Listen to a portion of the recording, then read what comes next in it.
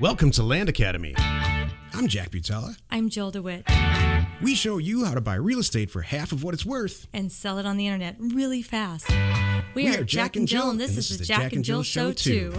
With over 15,000 completed transactions, we're the experts at acquiring property. Of all kinds, not just land. For half price and flipping them for way more. All right, let's get this show started.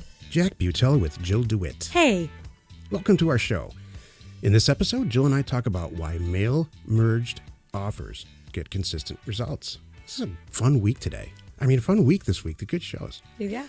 Could be dry for some. I'm like, are you being sarcastic? No. Okay. It's all good to have fun, but it is. You have to learn stuff. Exactly. Make money. These are good topics. First, let's take a question posted by one of our members on Land Academy's free online community. Okay. Luke asks, sounds like we use the same person every time, but we have multiple Lukes in our world. Yeah. So, and they all are very vocal. Yeah, it's like everyone, okay, this is Luke, this is Luke, this is Luke. I have several sellers that are wanting to sell properties that are in trusts. How does buying from a trust work? Is there some kind of paper outlining who has the right to sign for property in a trust? Are there often multiple people who have to sign the deed when buying from a trust? These are such good questions. Yeah, they really are. We have a smart group. We do. I know based on how this question is written and the punctuation and the fact that it's pretty much perfect, which Luke did this. Me too. And it's the second Luke. I know. There's the original Luke who's just knocking it out of the park, by the way. Well, they both are. He's not interested in punctuation for some reason. No. Nope. This is an extremely good question. And so the short of it is this. There are entities that are allowed legally to own property. This happened all in like the 1700s, literally. Who can own property? What can own property? Well, it used to be that not even women could own property. That's insane now. What? Just that you thought of that is insane. It's hilarious. So now I own a lot of property. Yes, you do. I think I own more than you do right now. I think you do too. Technically, I bet I do. Probably 1,500 properties, I bet. It's under a lot. My company now. You won't know it's separate me. Companies. But it's a company, yeah. That's awesome. You know what? I'm serious. That is so. Yeah. That was a perfect rebuttal to what I just said. My point is this: individuals can own property now, regardless of gender or age, race, anything. Yeah, I get that question a lot. Can my minor kid own a property? Yes. So people can own property. Who else can own property?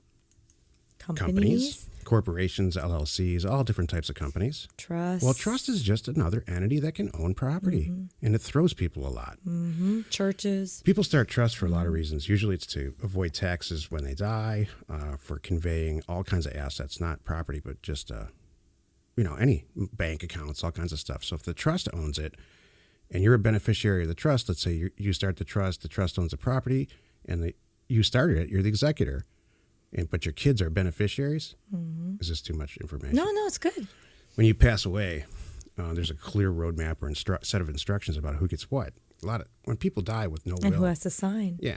So that's all a trust is. It's just an organization document. I didn't know this. You do not file a trust anywhere.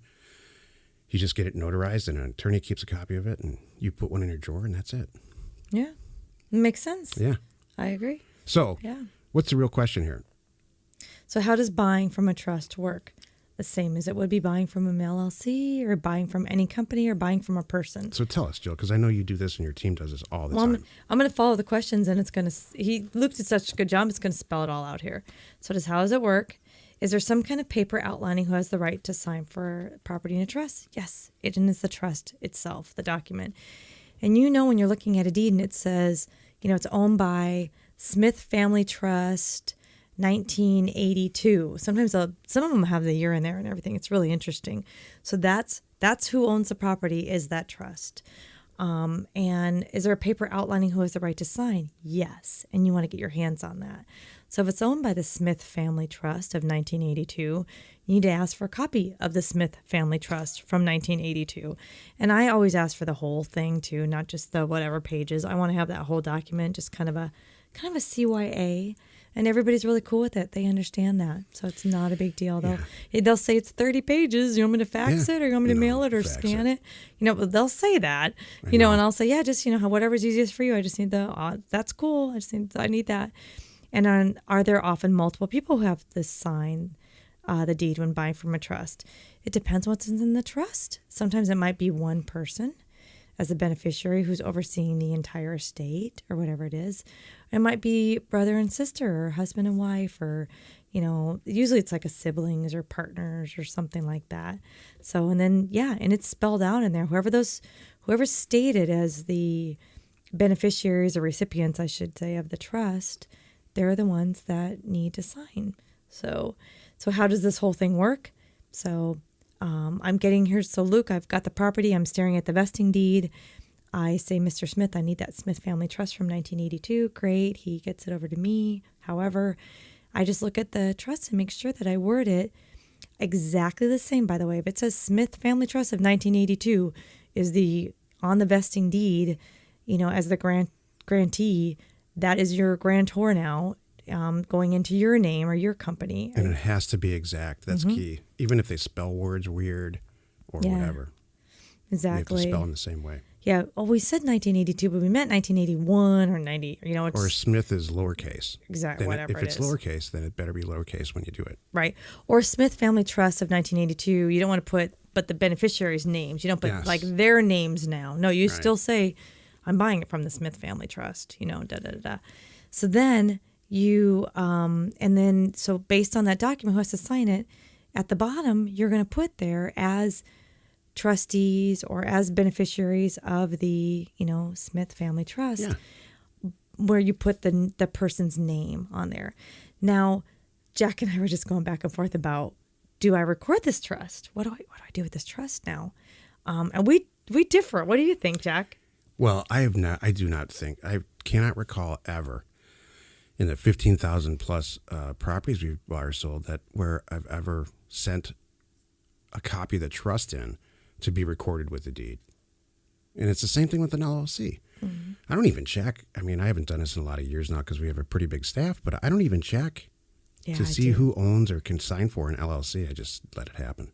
I know. Yeah, you got to check. But it's easy to check online. I think you guys do, though. Oh, totally. Yeah. Like my LLC, we can put it in 30 seconds and see, yep, Jill's the managing member. There you go. And you know that I'm the only one that needs to sign. Yeah.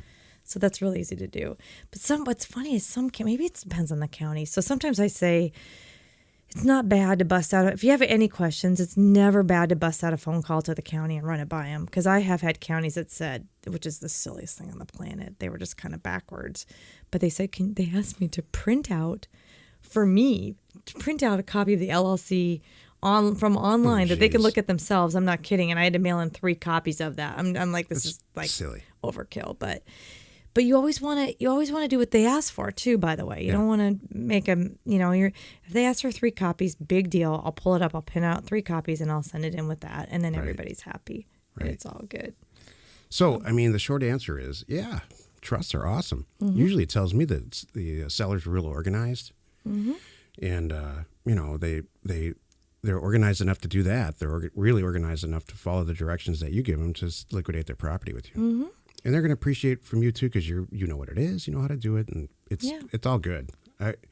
It's better than if it's just in John Smith's name and he's passed away and you're talking to Jack Smith, the son, right? And it's still in John Smith's name. That's a mess, right? This solves that. Trusts solve that for your kids. Well, the bigger thing too is this is not a big deal. You don't have to get an attorney involved. There's no probate or anything weird that you need to do. It's just kind of a normal transaction. What the heck is this show about anyway? I know. If you have a question or you want to be in the show, reach out to either one of us on Land Academy's free online community. Today's topic, which is the meat of the show, why mail merge offers get consistent results. And I love these shows this week. Yeah. They're brainy shows. They may put you to sleep, but darn it, it's stuff you need to know. Darn it, I like you. Do you?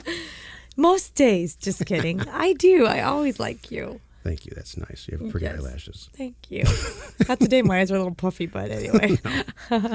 So, mail merge. What the heck is a mail merge anyway? Well, there's lots of ways you can send an offer to an owner. You can mail merge it, which is the right way, or you can just say, hey, current resident at 123 Main gosh. Street, we've got a deal for you. No, Call me if you want to talk about selling. that's the absolute wrong way to do this. Or if you do have, let's just start with what a mail merge is and why. A mail merge allows you to take a data set. So let's say you have 100 owners and you know the owner's name, the address of the property, how big it is. It's 5 acres, 10 acres, 40 acres, and what the assessed value is, on and on and on. Legal description, lot numbers, all of it. You have all that data right in front of you. So if you have all this beautiful data, you would never really want to just send, use one line of data and send it to John Smith. You want to use that data to make it look like, and here's the key to a mail merge, you're making the document look like you're only sending it to that owner. That is so specific and so special, and you have all this data, all this incredibly exact information from the assessor's database. It's landing at the owner's doorstep. He opens the offer and he says, oh my gosh, this guy knows I have a 5-acre property in Henderson County, Nevada, that it's assessed at $1,400, and I purchased it for $1,200 3 years ago. Who is this guy? Right. He must be Talk serious. about getting their attention. I have to take this seriously. This guy Exactly. knows little does he know that you just sent out 1,500 of them just like that. Mm-hmm. And it took you the push of a button. So that's a mail merge allows you to do that. Here's the example that I use, and I've used in the past, and it helps a lot of people who can't really get past what it is or how to do it, like this. Let's say you want to send a love note to 16 girls. And you do I not love how want... you come back to this example. This is your favorite, I tell you. And each of these 16 girls, you never want another girl to know that there's another girl. You want all of them to feel special, like they're the only girl. Look, Jill's getting all melty. Oh, no, actually, this is Jill, me getting frustrated. you're Like, the only why would girl you for send me. 16? Yeah, right. I'm the one that answered the letter. I'm the one that picked up the phone. Oh, jeez. Oh. So what you would do is use a mail merge. They all have different names, right? Stacy, Jill, Jackie, all of it. Oh, my gosh. And they all probably have something beautiful about them that's different than the other one. Pretty hair. Put in the different color eyes. Blue hair. eyebrow. Blue, brown, green. So you want to Fill send, that in. Dear Jackie, I love your beautiful blue eyes. Well, if she's got brown eyes, you don't want to do that. And you don't want to send Dear Jackie to Janice. Right. Or So you put it all in a spreadsheet. dear resident. Right. Hey, dear girl. Dear female. Dear female. Person with ovaries. Dear fertile female. To whom it may concern. That's right. If you reply in the next 24 hours, there's a dinner involved. What the heck? Oh, so much. You'll be the lucky derogatory winner stuff. of chicken dinner with me. So you want to send it so it says, Dear Jackie with beautiful blue eyes. Dear Janice with beautiful green eyes. And dear what? So you get so you put it all in a spreadsheet. There's 16 girls with different first names, different color eyes, Different addresses. different addresses, and all of it. And so when a mail merge allows you to literally type the exact same, type out the body or the content of the letter, but where there's variables like blue eyes, green eyes, it allows you to replace those with with each one of those in an automatic fashion. Each one of those specific attributes. Mm-hmm. So you use it for property. And all kidding aside, the result is a PDF of 16 love notes that if you read them, Personalized. completely personalized. So if you read it, it reads it just like I read it to each one, and they have no idea, and they take it is seriously. It's on Microsoft Word and it's just a button. Did you ever go out with a girl and she for a long time, and then she says, "You don't even know the color of my eyes," and then she turns around and says, "What's the color of my eyes?" I haven't. I just read about it. Okay. Got it. They're black right now, princess. Yeah. And the pupils are really Yep, big. like a shark.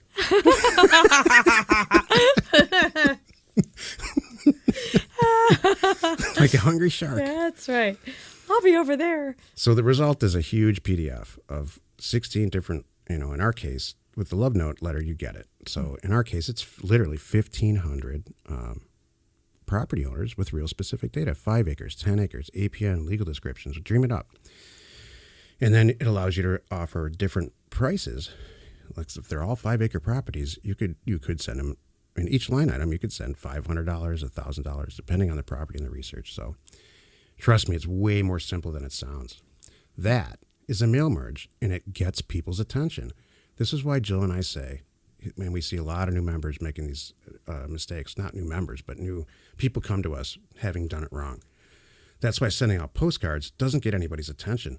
It's not the content of it. It might have a pretty picture on it, but the content's not saying, hey, you're special. Yeah, you're or special. I know anything about you. I know all about you and your property, and I'm choosing it because it's special and I'm serious. Right. It's like a pizza coupon. I don't think that they're going to, I would even open that. If I got a letter from a pizza company that was personalized to me with like what seemed to me like a special, unique coupon to me, I would look at that. Yeah. Versus a flyer hanging on the door that doesn't have anything on there. If you go to our YouTube channel, it's landacademy.com. There's videos in there. Some of them I've done. Some of them I've collected that I think are a real good example of what a mail merge is.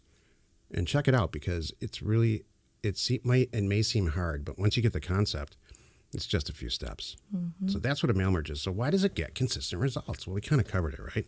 Mm-hmm. Because it's special. It's personalized. What's so interesting is the results that we get, it triggers something in people that, like you said, Jack, that we're serious. It's respectable. We know all this about you. We did our homework, and they may not act on it right now, but by golly, they're going to save it. And They do. They save our letters and for a rainy day or when something. This is the whole thing that I love too. Good letters get consistent results because you're looking for a situation.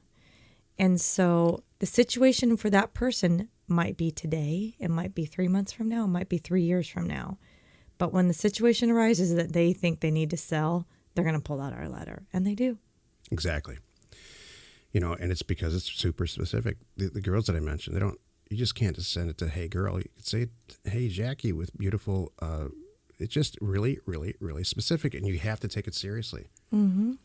It does. It's important. Right. Do you want to talk about what's coming? Sure. Okay. Yeah. I mean, it's so, is it a little bit complicated? Not really. For us, it's not. And for most of all of our members, it's not.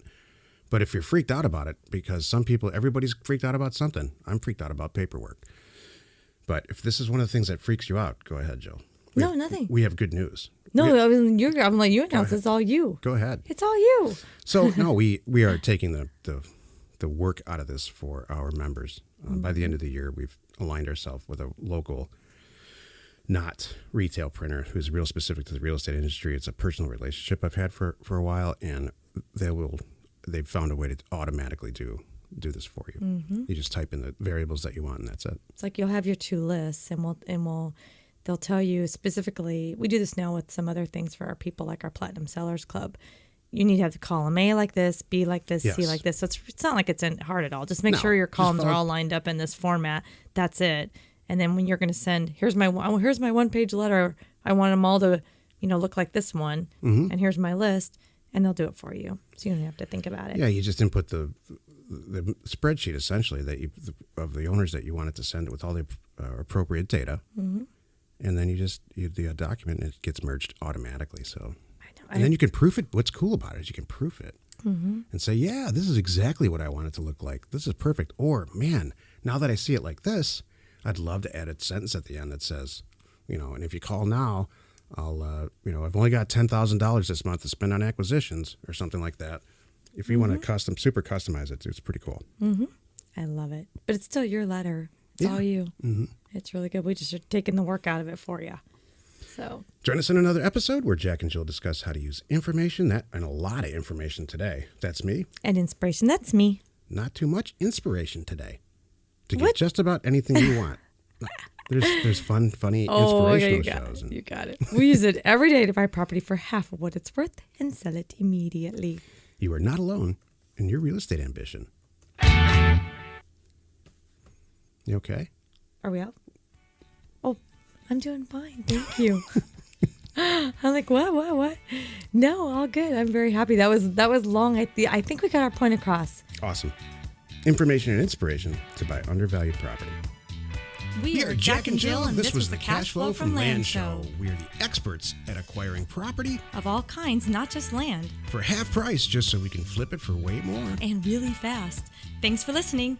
You are not alone in your real estate ambition.